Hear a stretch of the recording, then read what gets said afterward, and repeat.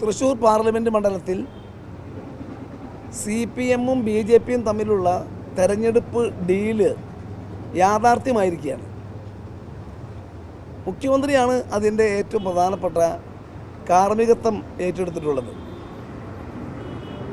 ഈ ഡീല് നടന്നതിൻ്റെ അവസാനത്തെ തെളിവാണ് LDF-കാരനായ കോർപ്പറേഷൻ മേയർ അദ്ദേഹത്തിൻ്റെ ചേംബറിൽ BJP സ്ഥാനാർത്ഥിയെ വിളിച്ചു വരുത്തി മേയറുടെ പിന്തുണ BJP സ്ഥാനാർത്ഥിക്കാണെന്ന് പരസ്യമായി പ്രഖ്യാപിച്ചത്. അതുമാത്രമല്ല, 5 വർഷക്കാലം തൃശ്ശൂർ MLA-യും തൃശ്ശൂരിൽ നിന്നും മന്ത്രിയുമായ ഇടതുപക്ഷ മുന്നണി സ്ഥാനാർത്ഥി ഇപ്പോഴത്തെ സ്ഥാനാർത്ഥി വാഗ്ദാനം മാത്രം നൽകുന്ന ആളാണെന്ന് ദ്വയാർത്ഥ പ്രയോഗത്തിൽ പറയുകയുണ്ടായി. കാരണം തൃശ്ശൂരത്തെ സിറ്റിംഗ് MP 3,44,00,000 രൂപ തൃശ്ശൂർ പാർലമെൻറ്റ് കോർപ്പറേഷൻ്റെ അതിർത്തിയിൽ MP ഫണ്ട് വിനിയോഗിച്ചിട്ടുണ്ട് വിവിധ സ്ഥാപനങ്ങൾക്ക്. വിദ്യാഭ്യാസ സ്ഥാപനങ്ങൾ, അംഗൻവാടികൾ, ജനറൽ ആശുപത്രി, ഹോമിയോ ആശുപത്രി, ക്യാമറ, പൊതു ക്യാമറ സ്ഥാപിച്ചിട്ടുള്ളത് ഉൾപ്പെടെ പട്ടികജാതി കോളനികളിലെ സംരക്ഷണം അടക്കം 3,44,00,000 രൂപ MP ഫണ്ട് വിനിയോഗിച്ചിട്ടുണ്ട്. ഏതായാലും വാഗ്ദാനം നൽകി ന്നവർ മാത്രമാണ് എന്നുള്ളത് തൃശ്ശൂരിലെ സിറ്റിംഗ് MP കുറിച്ചല്ല എന്ന് വ്യക്തമാണ്. അത് മുൻ മന്ത്രിയായിരുന്ന സുനിൽകുമാർ 5 വർഷം ഇവിടുത്തെ MLA 5 വർഷം മന്ത്രിയായിരുന്നു. അദ്ദേഹത്തെ തന്നെയാണ് പിൻ പോയിൻ്റ് ചെയ്തിട്ടുള്ളത്. മുഖ്യമന്ത്രിയാണ് ഈ ഡീലിന് പ്രധാനപ്പെട്ട ആളെന്ന് പറയാൻ കാരണം, ഒന്ന്, മുഖ്യമന്ത്രി ഈ നിമിഷം വരെ നരേന്ദ്രമോദിയെ കേരളത്തിൽ ഒരു സ്ഥലത്തും വിമർശിക്കുന്നില്ല. നരേന്ദ്രമോദിയുടെ പേരെടുത്ത് പറഞ്ഞ് ഒരിടത്തും വിമർശിക്കുന്നില്ല. രാഹുൽ ഗാന്ധിയുടെയും കോൺഗ്രസിനെയും മാത്രമാണ് മുഖ്യമന്ത്രി നേരിട്ടിട്ട് ആക്ഷേപിക്കുന്നതും രാഷ്ട്രീയമായ ആക്രമണം കാണിക്കുന്നതും. അതെന്തുകൊണ്ടാണെന്ന് മുഖ്യമന്ത്രി വ്യക്തമാക്കണം, CPM നേതാക്കന്മാരും വ്യക്തമാക്കണം. രണ്ടാമത്തെ തെളിവ് നേരത്തെ കരുവന്നൂർ കേസിലെ അന്വേഷണത്തിൽ പെട്ടിട്ടുള്ള മുൻ മന്ത്രി, ഇപ്പോഴത്തെ സിറ്റിംഗ് MLA, മുൻ MP, മുൻ MLA, പാർട്ടി ജില്ലാ സെക്രട്ടറി, കോർപ്പറേഷൻ കൗൺസിലർ ഉൾപ്പെടെയുള്ള CPM നേതാക്കന്മാരെ ഇന്ന് അറസ്റ്റ് ചെയ്യും, നാളെ അറസ്റ്റ് ചെയ്യും എന്ന് നിരന്തരമായി ED-യുടെ തന്നെ ആളുകൾ മീഡിയയിൽ പറഞ്ഞുകൊണ്ടിരുന്നു. ഇപ്പോൾ ആ കേസ് ദുർബലമാക്കിയിരിക്കുകയാണ്. ആ കേസ് അക്ഷരാർത്ഥത്തിൽ യവനികയ്ക്ക് പുറകിലേക്ക് മാറ്റിയിരിക്കുകയാണ്.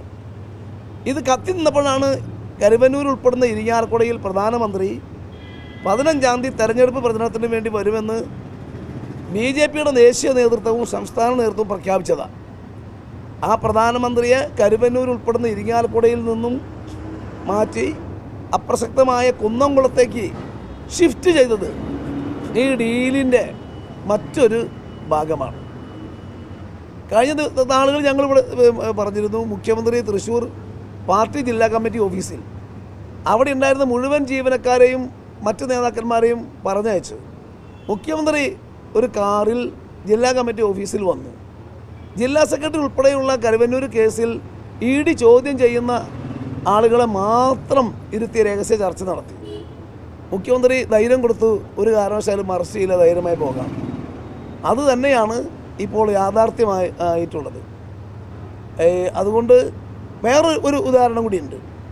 ഫീൽഡിൽ പോകുന്ന ആളുകൾക്കറിയാം, CPM-ൻ്റെ കേഡർമാരായ പലരും സ്ഥാനാർത്ഥികളുടെ പര്യടനത്തിന് പോലും കാണാറില്ല. CPM-നും CPI-ക്കും അവരുടെ ബഹുജന വർഗ സംഘടനകൾക്ക് ഓരോ സ്ഥാനാർത്ഥി പര്യടന പോയിന്റുകളിൽ ഏറ്റവും ചുരുങ്ങിയത് 50 പേരെങ്കിലും ഉണ്ടാവും. LDF-ൻ്റെ സ്ഥാനാർത്ഥി പര്യടനം കണ്ട ആളുകൾക്കറിയാം, കൂടെ വണ്ടിയിൽ സഞ്ചരിക്കുന്ന ആളുകളല്ലാതെ പല സ്ഥലത്തും ശുഷ്കമാണ് ആ പ്രദേശത്തെ ആളുകളുടെ എണ്ണം. 2 സ്ക്വാഡുകൾ LDF സ്ഥാനാർത്ഥികളുടെ ഭവന സന്ദർശനം പൂർത്തിയായി. ഈ 2 സ്ക്വാഡുകളിലും വളരെ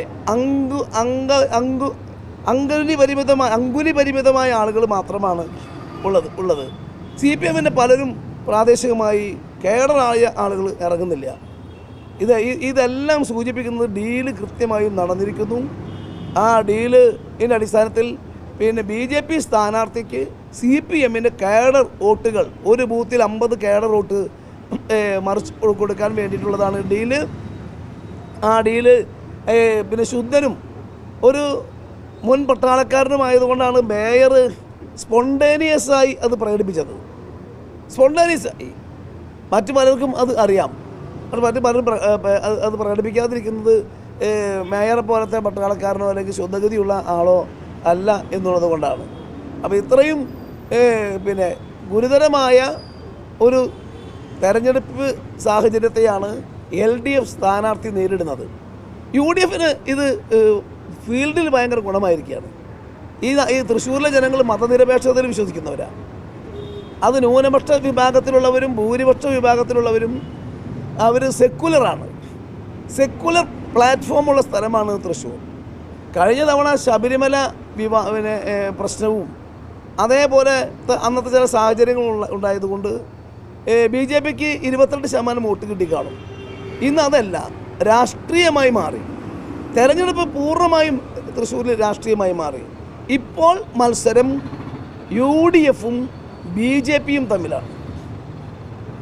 LDF 3ാം സ്ഥാനത്തേക്ക് പോയി. ചില സർവേ റിപ്പോർട്ടുകൾ പുറത്തു വരുന്നത് പോലെ LDF 3ാം സ്ഥാനത്ത് പോയി, UDFും BJPയും തമ്മിലായി മത്സരം. അതുകൊണ്ട് BJPയെ ജയിപ്പിക്കാൻ വേണ്ടി CPM ഉണ്ടാക്കിയ ഡീലിൻ്റെ ഭാഗമായിട്ടുള്ള അന്തർധാര അടിയൊഴുക്ക് പ്രവൃത്തികൾ തൃശ്ശൂരിൽ സജീവമായി നടന്നു വരികയാണ്. CPMും BJPയും തമ്മിൽ ഉണ്ടായാലുണ്ടാകുന്നൊരു ഗുണം, അത് തൃശ്ശൂരിലെ മതനിരപേക്ഷ ശക്തികൾക്ക് കുറേ കൂടി പിന്തുണ വർദ്ധിക്കും.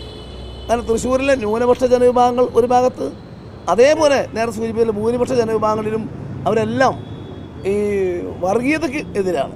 സ്വന്തം മതത്തിൽ വിശ്വസിക്കുമ്പോഴും ഈ നാട്ടിൽ വർഗീയത ഉണ്ടാക്കാൻ വേണ്ടി തൃശ്ശൂർക്കാർ പ്രത്യേകിച്ചും അനുവദിക്കാറില്ല. തൃശ്ശൂർക്കാരുടെ ഒരു പ്രത്യേകത കൂടി അതാണ്. അതിന് ഏറ്റവും വലിയ പിന്നെ ഐക്കണാണ് തൃശ്ശൂർ പൂരം. തൃശ്ശൂർ പൂരം എന്ന് പറയുന്നത് നാനാജാതി മതസ്ഥരുടെ സമ്മേളനമാണ്, അവരുടെ ഒരു സമർപ്പണമാണ്, അവരുടെ ഒരു പിന്നെ കൂടിച്ചേരലാണ്. ഒരുപക്ഷെ തൃശ്ശൂരിൽ ഇലഞ്ഞിത്തറ മേളം നടക്കുമ്പോൾ ആ ഇലഞ്ഞിത്തറ മേളം കാണാനും കേൾക്കാനും ആസ്വദിക്കാനും എല്ലാവർക്കും അവസരം ഉണ്ടാകുന്നത് അത്യപൂർവമായ സംഭവങ്ങളിൽ ഒന്നാണ്. അത് തൃശ്ശൂരിൻ്റെ ഒരു അടയാളമാണ്, ഐക്യനാണ് തൃശ്ശൂർ പൂരം. ആ സംസ്കാരമുള്ള തൃശ്ശൂരിൽ ഈ CPM BJPക്ക് വോട്ട് ചെയ്യാൻ തീരുമാനിച്ചാൽ കടുത്ത തിരിച്ചടി LDFനും കിട്ടും, CPMനും കിട്ടും. ഈ മണ്ഡലത്തിൽ മാത്രമല്ല, അത് കേരളം മുഴുവൻ CPMന് കടുത്ത വില കൊടുക്കേണ്ടി വരും. തൃശ്ശൂരിൽ BJPയുമായി ഉണ്ടാക്കിയിരിക്കുന്ന ഡീലിൻ്റെ വില തൃശ്ശൂരിൽ കൊടുക്കേണ്ടി വരും. കേരളത്തിലെ മറ്റ് 19 നിയോജക മണ്ഡലങ്ങളിലും LDFന് അത് ഗുരുതരമായി ബാധിക്കും.